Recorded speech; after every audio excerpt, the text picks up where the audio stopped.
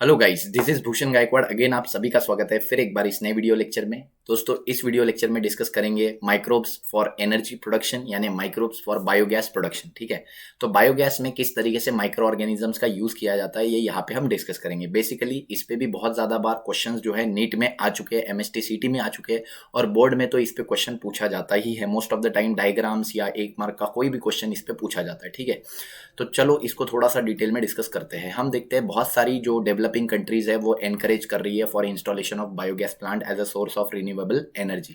ठीक है, इसके अलावा बायोगैस हम देखते हैं domestic as well as industrial fuel की तरह कंसीडर किया जाता है। मतलब इसको घर में भी यूज कर सकते हैं या बहुत बड़ी इंडस्ट्री है तो उसमें भी हम यूज कर सकते हैं बायोगैस को एज अ एनर्जी सोर्स। ठीक है, इसके अलावा हम बात करते हैं ये एक नॉन कन्वेंशनल और रिन्यूएबल एनर्जी सोर्स होता है जिसको बहुत इजीली माइक्रोब्स की मदद से हम प्रोड्यूस कर सकते हैं और यूज कर सकते हैं। ठीक है, बायोगैस के मिक्सचर में क्या क्या होता है, तो ये होता है बायोगैस का कंपोजिशन। इसमें बोर्ड में भी 1 मार्क का क्वेश्चन बनता है, 1 मार्क का क्वेश्चन सीधा सीधा बनेगा बोर्ड्स में।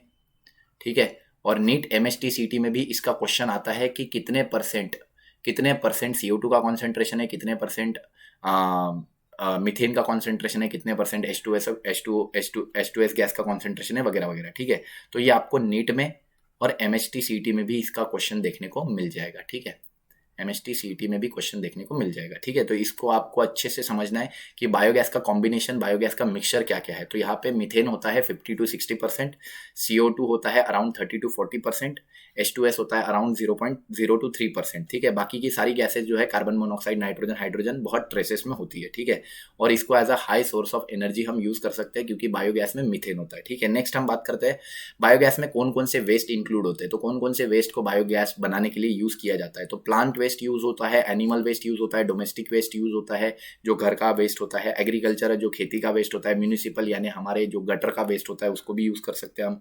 इसके अलावा फॉरेस्ट्री वेस्ट, ठीक है, फॉरेस्ट का वेस्ट हम यूज कर सकते हैं। मोस्ट कॉमनली इसमें काउ डंग यूज किया जाता है क्योंकि काउ डंग में मिथेनोजेनिक बैक्टीरिया होते हैं जो कि मिथेन प्रोड्यूस करते हैं। ठीक है, तो जब तक आप गोबर नहीं डालेंगे तब तक आपका वो जो जो भी वेस्ट है वो डाइजेस्ट नहीं होगा और मिथेन नहीं प्रोड्यूस होगा। ठीक है, तो गोबर गैस में गोबर होना जरूरी है बिकॉज काउ डंग में मिथेनोजेनिक बैक्टीरियाज होते हैं। ठीक है, तो मिथेनोजेनिक बैक्टीरिया बहुत कॉमन सोर्स होता है और इसमें हम देखते हैं सेल्यूलोज को डाइजेस्ट करने वाले बैक्टीरियाज होते हैं जिसको जो कि हम देखते हैं कि बहुत इजीली डाइजेस्ट करते हैं सारे वेस्ट को और उससे मिथेन प्रोड्यूस करवाते हैं। ठीक है, तो बेसिकली ये सारे वेस्ट हम यहाँ पे यूज कर सकते हैं। ठीक है, अब इसके बाद हम बात करते हैं बायोगैस प्रोडक्शन किस तरीके से होता है और किस तरीके से पूरा प्लांट जो है वो बना होता है। मतलब बायोगैस प्लांट में क्या क्या इंस्ट्रूमेंट, क्या क्या स्ट्रक्चर होता है, वो सारी चीजें हम यहाँ पे डिस्कस करेंगे। तो biogas commonly used model for biogas plant is given by KVIC और आईएआरआई। ठीक है, तो जो बायोगैस का जो कॉमन मॉडल है वो दिया है केवीआईसी से दिया जाता है या आईएआरआई। ठीक है, तो केवीआईसी का फुल फॉर्म होता है that is khadi village industries commission, khadi and village industries commission. ठीक है, आईएआरआई का फुल फॉर्म होता है Indian agricultural research institute, Indian agricultural research institute. अगर आपको चाहिए तो मैं नीचे यहाँ पे लिख देता हूँ। ठीक है, तो नीचे हम लिखेंगे यहाँ पे केवीआईसी का फुल फॉर्म लिखेंगे सबसे पहले तो केवीआईसी। केवीआईसी का फुल फॉर्म है खादी एंड विलेज। ठीक है, khadi and village industries commission, industries commission. ठीक है, ये जो फुल फॉर्म हो गया ये हमारा केवीआईसी का हो गया। ठीक है, दूसरा हमारा फुल फॉर्म है दैट इज आईएआरआई। ठीक है, तो दूसरा फुल फॉर्म हम लिखेंगे आईएआरआई। तो ये फुल फॉर्म हो गया हमारा that is Indian agricultural research institute, research institute. ठीक है, तो ये बेसिकली दो फुल फॉर्म्स आपको याद रखने हैं नीट में, एमएसटी सीटी में, खासकर नीट में पूछे जाने के चांसेस इसके होते हैं। ठीक है, तो बायोगैस प्लांट में अब क्या क्या चीजें होती है वो थोड़ा सा डिस्कशन करेंगे। बायोगैस प्लांट में क्या क्या होता है। The digester used for biogas production is called as biogas plant. ठीक है, तो यहाँ पे एक बड़ा सा चेंबर होता है जिसको हम डाइजेस्टर बोलते हैं, जैसे कि आप ये देख रहे होंगे।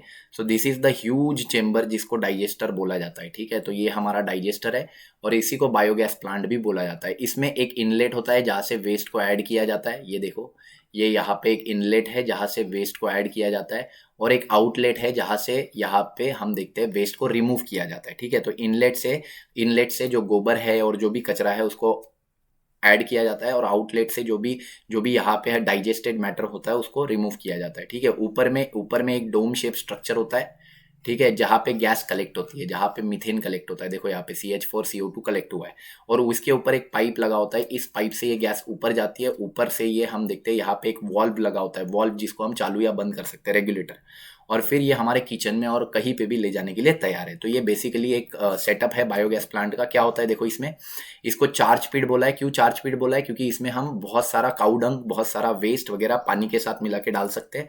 फिर यहाँ पे ये वेस्ट डाइजेस्ट होता है, नीचे यहाँ पे ये वेस्ट का डाइजेशन होता है। डाइजेशन होने के बाद इसमें से माइक्रो ऑर्गेनिज्म जब इसको डाइजेस्ट करेंगे तो इसमें से ये गैसेस जो है वो ऊपर की तरफ जाएगी, ठीक है। CH4 और CO2 ये गैसेस ऊपर की तरफ जाके एक्यूमुलेट होगी डोम शेप स्ट्रक्चर में, और फिर ये यहाँ से ऊपर होते हुए पाइप से होते हुए ये जाएगी आगे। तो यहाँ पे एक रेगुलेटर लगा होगा, रेगुलेटर यानी वॉल्व, जब चाहे तब इसको ऑन करेंगे, जब चाहे तब इसको ऑफ करेंगे, ठीक है। तो इस मदद से, और ये फिर हमारे किचन में जाएगा आगे, ठीक है। तो इस तरीके से ये बायोगैस प्लांट का एक तरीके से सेटअप होता है। तो ये डायग्राम आपको याद होनी चाहिए, ठीक है। तो इसको समझते हैं फिर से एक बार। बायोगैस प्लांट में हम देखते हैं डाइजेस्टर होता है, बायोगैस प्लांट में क्या होता है, डाइजेस्टर होता है, ठीक है, जिसको हम बायोगैस प्लांट बोलते हैं basically. Typical biogas plant using cattle dung as a raw material. देखो टिपिकल बायोगैस प्लांट में कैटल डंग को यूज करते हैं एज अ रॉ मटेरियल, ठीक है। इसके अलावा यहाँ पे देखो it consist of a digester and a gas holder. तो यहाँ पे एक डाइजेस्टर है और एक गैस होल्डर है, जैसे कि हमको ये डायग्राम में दिख रहा है। तो ये बड़ा सा जो है ये डाइजेस्टर है, ठीक है, और ये जो है जिसमें गैस रुक रही है ये गैस होल्डर है ऊपर, ठीक है। तो ये डाइजेस्टर और गैस होल्डर होता है इसमें। इसके अलावा एक इनलेट और एक आउटलेट भी होता है। Digester is made up of the concrete bricks और सीमेंट और स्टील। देखो तो डाइजेस्टर को हम या तो कॉन्क्रीट ब्रिक्स और सीमेंट से बना सकते हैं या स्टील से बना सकते हैं, ठीक है। फिर इसके बाद there is a cylinder gas holder होता है जिसमें गैस कलेक्ट होती है, ठीक है। Digester has a side opening जैसे कि चार्ज पिट, जिसमें से पानी और बाकी रॉ मटेरियल ऐड किया जाता है, मटेरियल जैसे कि काऊ डंग वगैरह ऐड किया जाता है। डाइजेस्टर में बहुत सारे हम देखते हैं सॉइल के पार्टिकल्स होते हैं, सॉइल होता है बेसिकली, बैक्टीरियाज होते हैं जो कि डाइजेस्ट करने में हेल्प करते हैं और मीथेन प्रोड्यूस करते हैं, ठीक है। अब प्रोसेस कैसी होती है? प्रोसेस 3 स्टेप में डिवाइडेड होती है। पहली स्टेप होती है हाइड्रोलिसिस और सॉल्युबलाइजेशन। हाइड्रोलिसिस का मतलब चीजों का ब्रेकडाउन होता है, ठीक है। तो यहाँ पे हम देखते हैं कि इनिशियल स्टेप में देखो रॉ मटेरियल को ऐड किया जाता है, जैसे कि cow dung is mixed with water, और इसकी एक स्लरी बनाई जाती है, ठीक है। तो इसकी क्या बनाई जाती है? स्लरी बनाई जाती है। The raw material is mixed with water, cow dung वगैरह जो भी कचरा वेस्ट होता है वो वाटर के साथ मिक्स करके उसकी स्लरी बनाई जाती है। This is fed into digester. तो चार्ज पिट के जरिए ये डाइजेस्टर में डाला जाता है। डाइजेस्टर में एनारोबिक बैक्टीरिया इस पे वर्क करता है, हाइड्रोलिटिक काम करता है, ठीक है, मतलब इसका ब्रेक डाउन करता है, हाइड्रोलिसिस करता है, जिसमें एग्जांपल है क्लॉस्ट्रिडियम सुडोमोनास। देखो फिर अगेन यहाँ पे क्वेश्चन बनता है कि हाइड्रोलिसिस में कौन से बैक्टीरिया काम करेंगे। हाइड्रोलिसिस में 2 बैक्टीरिया काम करेंगे, दैट इज एक है क्लॉस्ट्रिडियम, ठीक है, एक है क्लॉस्ट्रिडियम और दूसरा है सूडोमोनास, ठीक है। तो ये आपको याद रखना है, हाइड्रोलिसिस में वर्क करने वाले 2 बैक्टीरिया क्लॉस्ट्रिडियम एंड सूडोमोनास, ठीक है। हाइड्रोलाइज करेंगे, कार्बोहाइड्रेट को हाइड्रोलाइज करेंगे तो शुगर बनेगा, प्रोटीन को हाइड्रोलाइज करेंगे तो अमीनो एसिड बनेगा, फैट को हाइड्रोलाइज करेंगे फैटी एसिड और ग्लिसरॉल बनेगा, ठीक है। अब इसके बाद ये जो है नेक्स्ट स्टेप में जाता है, दैट इज एसिडोजेनेसिस। अब ये जो भी डाइजेस्टेड मटेरियल है, जिससे कि शुगर हो गया, फैटी एसिड हो गया, अमीनो एसिड हो गया, इनमें एसिडोजेनेसिस होता है, मतलब एसिड फॉर्मेशन होता है। तो यहाँ पे कुछ एसिड बनते हैं जैसे कि फॉर्मिक एसिड और एसिटिक एसिड। तो इसमें एसिड प्रोड्यूसिंग बैक्टीरिया वर्क करते हैं जिसको एसिडोफिल्स बोलते हैं, ठीक है। देखो यहाँ पे in this stage facultative anaerobic acidogenic bacteria, तो एसिडोजेनिक बैक्टीरिया यहाँ पे वर्क करेंगे, ठीक है। और obligate anaerobic organism, facultative anaerobic मतलब जो आधे एनारोबिक होंगे, ठीक है। तो ऐसे बैक्टीरिया यहाँ पे एसिडोजेनेसिस यानी एसिड फॉर्मेशन करेंगे, convert simple sugar, simple organic material into acid like formic acid and acidic acid. तो इस स्टेज में एसिड फॉर्म होंगे।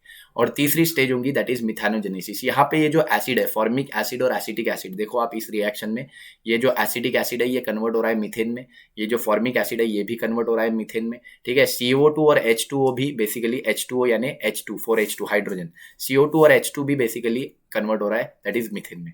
तो अल्टीमेटली हमको मीथेन मिलता है, ठीक है। तो इसके लिए जो बैक्टीरिया रिस्पॉन्सिबल होते हैं वो होते हैं मिथानोबैक्टीरियम एंड मिथानोकोकस। तो इनके भी नाम again NEET MSTCT point of view से इंपॉर्टेंट है, जो कि आपको याद रखने हैं, ठीक है। मिथानोकोकस और मिथानोजीनस बैक्टीरिया, ठीक है। मिथानोबैक्टीरियम और मिथानोकोकस बैक्टीरिया जो है ये क्या करते हैं, ये बेसिकली एसिडिक एसिड और फॉर्मिक एसिड को कन्वर्ट करते हैं मीथेन में, ठीक है, और CO2 को भी मीथेन में कन्वर्ट करते हैं, और इस तरीके से बायोगैस का प्रोडक्शन होता है। 3 स्टेप है। पहला स्टेप है हाइड्रोलिसिस, जो भी बड़े कॉम्प्लेक्स मॉलिक्यूल है उसको सिंपल में कन्वर्ट किया जाता है, शुगर्स में, अमीनो एसिड में, फैटी एसिड में, ठीक है। अब इनका एसिड फॉर्मेशन किया जाता है। एसिड में 2 एसिड बनते हैं, दैट इज एसिडिक एसिड और फॉर्मिक एसिड। एसिडोजेनिक बैक्टीरिया इस पे एक्ट करता है, और लास्ट में यहाँ पे मिथानोजेनिक बैक्टीरिया एक्ट करता है, जैसे कि मिथानोबैक्टीरियम और मिथानोकोकस, जिसके वजह से हम देखते हैं मीथेन प्रोड्यूस होता है। अब बायोगैस के बेनिफिट्स क्या है, ये बहुत इंपॉर्टेंट क्वेश्चन है, बोर्ड में पूछा गया है 2 मार्क के लिए, कि बायोगैस के सिग्निफिकेंस के बारे में 2 मार्क के लिए क्वेश्चन बोर्ड में पूछा गया है। क्या है significance? It is a cheap, सबसे पहले तो ये सस्ता है, सेफ है, रिन्यूएबल सोर्स है एनर्जी का, मतलब अनलिमिटेड एनर्जी इसमें से प्रोड्यूस की जा सकती है, easily generated and stored and transported, ठीक है। Next, it can be used for domestic lighting, मतलब घर के लाइटिंग वगैरह के लिए, या घर के फूड मेकिंग के लिए इसको यूज किया जाता है, कुकिंग वगैरह के लिए, ठीक है। इसके अलावा street lighting as well as small scale industry, छोटे मोटे इंडस्ट्री में भी इसको यूज किया जाता है, ठीक है। It Burns with the blue flame, देखो ये ब्लू फ्लेम से बर्न होता है, मतलब इसमें कोई स्मोक रिलीज नहीं होता, ठीक है। It helps to improve the sanitation of the surrounding, तो देखो सारा वेस्ट, सारा कचरा आप बायोगैस में डाल रहे हो, तो ऐसे में आपका जो एरिया रहेगा वो क्लीन और सैनिटाइज्ड रहेगा, मतलब काफी साफ सुथरा रहेगा, तो इससे इको फ्रेंडली भी है ये, हमारा एनवायरमेंट भी गंदा नहीं होने देता। इसी के साथ it is eco friendly and does not cause pollution, ये कोई पोल्यूशन कॉज नहीं करता, उल्टा पोल्यूशन को कम करता है, ठीक है। तो it maintains the imbalance of the environment. Sludge which is left over the use as a fertilizer, जो स्लज बचता है आखिर में, सारे माइक्रोब्स ने सारा वेस्ट को डाइजेस्ट कर दिया, तो आखिर में क्या बचेगा, भुरका, स्लज, तो वो उसको भी as a fertilizer, as a खाद उसको यूज कर सकते हैं, ठीक है। तो इस तरीके से हम देखते हैं इसके फायदे क्या क्या है। पहला तो ये चीप है, एक्टिवेटेड है, चीप है, बहुत ज्यादा सेफ है, ठीक है। इसी के अलावा ये रिन्यूएबल सोर्स एनर्जी का, ठीक है। तो हम बोलते हैं ये चीप और सेफ है, पहला। दूसरा हम बोलेंगे कि ये डोमेस्टिक लाइटिंग के लिए एज वेल एज इंडस्ट्री के लिए यूजफुल है।